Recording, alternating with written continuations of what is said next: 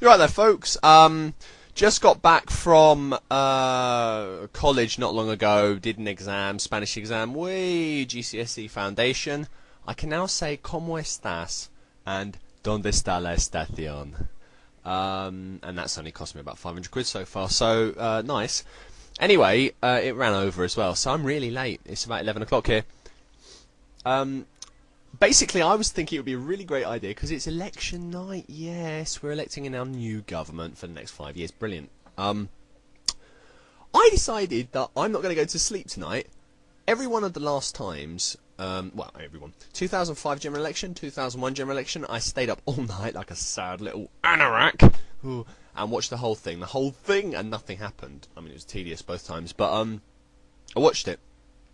I was a student both those times. I'm not a full-time student anymore. I've actually got a job to go to tomorrow. But I'm going to be really, really irresponsible. I'm going to try and stay up all bloody night because I'm cool and great. I bought some freeze-dried coffee, especially for the occasion.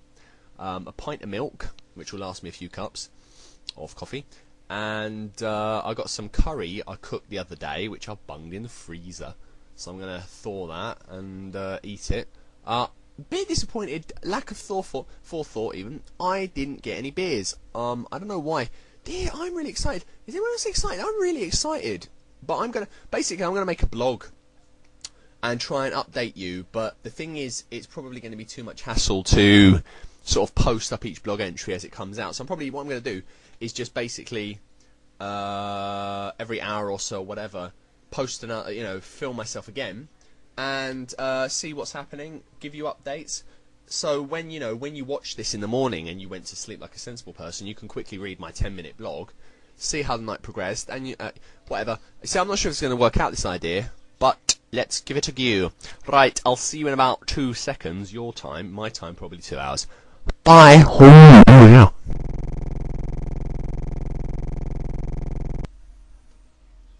Yep, it's 11:24. I've just bunged some stuff in the washing machine.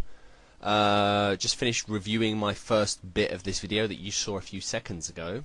And so far, out of the 650 seats, one has declared. And it's declared for Labour. So if that continues, it will be 100% of the vote going for Labour. So, there we are. See you in a bit.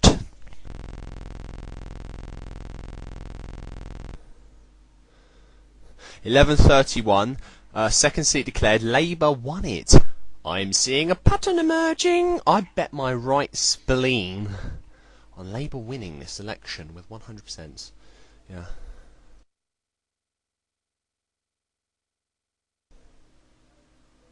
You're right there, folks. 11:49. Possible slight problem because I'm running out of electricity. I've got electric on the meter instead of a bill. Now, normally it wouldn't be a problem, but considering that I am going to do a pull an all-nighter, and it's probably about 8 hours before I turn everything off in this house, I'm going to keep the computer running, going to keep at least the lights running. It could be an issue. I may not be able to have my election night, in which case I'm going to go crazy. Interesting scenes from the election. People actually being... This is mad. People being turned away. They're not allowed to vote. 100 people in Hallam, Sheffield, were queuing up in the pouring rain, and because it got to 10 o'clock, the polling booth said, sorry, it's shutting at 10 o'clock. I know you've been waiting, but tough friggin' tits called in the police to disperse them. One woman on there, very angry, she'll probably be in the newspapers tomorrow. Absolutely agree with her, though. That's outrageous. Outrageous.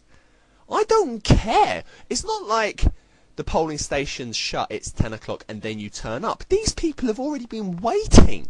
This isn't, trying to get into the pub for last orders. This isn't bloody trying to see a film, Shrek 4 or whatever. This is democracy. I don't care.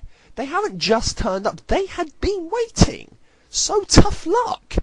I don't care even if it was the most safe majority ever, the safest seat ever for Labour, say, and only 10 people were waiting outside. They had been waiting. It's unbelievable. Actually unbelievable. David Dimbleby was about to explode. Poor old guy, if you know who I'm talking about. If you're British, you do, because he's quite famous here. He was like, it's outrageous. It's outrageous. Yeah, poor chap, Anyway, I'll see you in a little bit.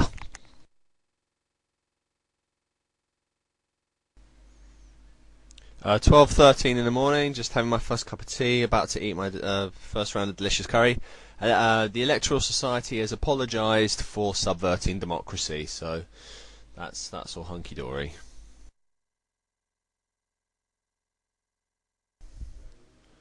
Oh God, I'm seriously starting to flag here, and it's only 12:30.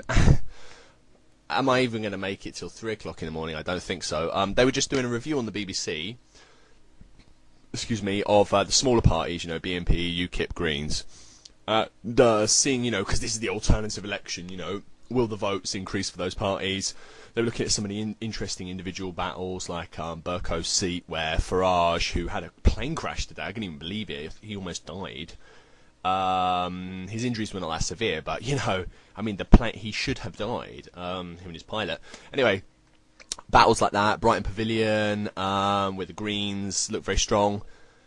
They were just talking bollocks basically, but it looks like apparently the word is going round, even though counting for the votes hasn't started. But the word in Brighton Pavilion is the Greens may have won, and that is a massive move. I mean, the Greens have never ever won parliamentary, common seat in the UK ever. I mean, I think Europe is like the only country. Britain is the only country in Europe that has never had a Green in Parliament ever, which is would be incredible to some Europeans. But anyway, so they've been chatting about that. I'm seriously losing the plot here. I'll be back in a sec.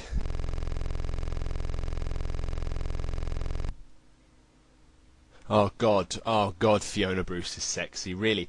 I mean, sexy in a way. One of the great things, I was having a conversation recently, one of the great things about British news presenters, the females, is they're not, I wouldn't say they're ugly or anything, they're just sort of normal people, looking people, some are more attractive than others. But they're not the glamour models that you see in lots of other countries around the world. No, it's not just America, I'm sorry, it's a lot of countries around the world, even in Europe. The female news presenters look like just totty, and it's unacceptable. But Fiona Bruce, oh shit, she's so sexy, she's so beautiful. She's just got that. Oh, I want to fucking bone you now, you sexy little cow. But it's not because she's such a sort of like sexy with her tits out type of thing. I mean, she's got such an amazing. Oh, she's so beautiful. I mean, she's got such a beautiful face. It's very strong features, but very soft at the same time. She's got sort of generically kind of nice, kind of neat, perfect stroke features, but also kind of a little bit of character in her eyes, and she's got some subtle features too, like she's got these lovely little dimples here that are very sort of understated but very beautiful. And something else about her, well, they're so sexy, God, so sexy, is her voice. It's so strong and so powerful and has a great deal of resonance, but it's not. I mean, it's very much feminine. It is a very feminine voice. It's definitely the voice of a woman, but it's a very powerful woman's voice.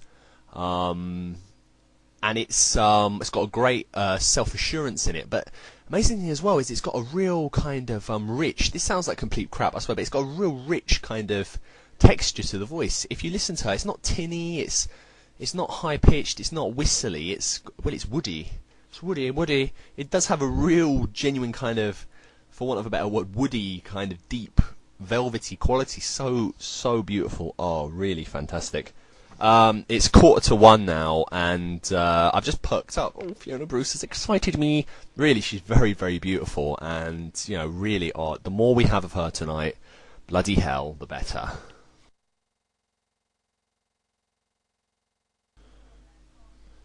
12. No, it's 1 o'clock. 10 seats declared. Tories don't have any seats yet. Interesting news on the smaller party front. Every single seat so far that I've seen where the BNP and UKIP have gone head to head, they've both not got very many votes, but the BNP have beaten UKIP every single time. So that's an interesting one to see. We'll see how that plays out across the whole thing.